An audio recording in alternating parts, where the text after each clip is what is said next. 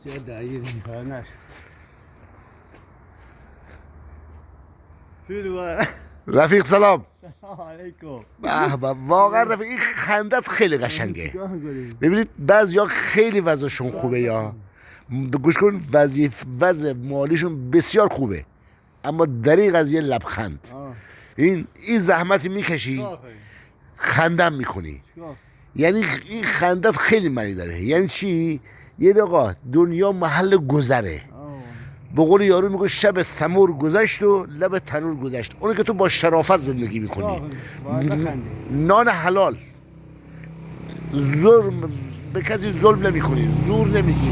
اصلا میگه، به قول یارو میگه چگونه شکر این نعمت گذارم که زور مردم آزاری ندارم. درسته؟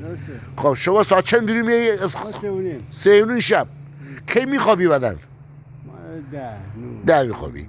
بعد دیگه ببین این کار میکنی، این جامعه رو تمیز میکنی، مرتب میکنی. عرض کنم خدمت شما که مردم بیان فردا زندگی کنن، اما مردم یه عده آدم کمه انشالله آشغال میریزن، خراب میکنن. درسته؟ شما از جان قدر نمیدونه، ولی اما کسی آدمای خوب قدرتون میدونن، در رأس این که نان حلال به خانواده میبری. رفیق یک صحبت بگو با این مردم چیکار کنن با شما، با چی همکاری کنن؟ چی بگم؟ واقعا چی؟ همکاری نمیکنن. پس نگی بهتره. آقا خیلی ممنون که با ما صحبت کردی. قربانتون برم. یا علی مدد.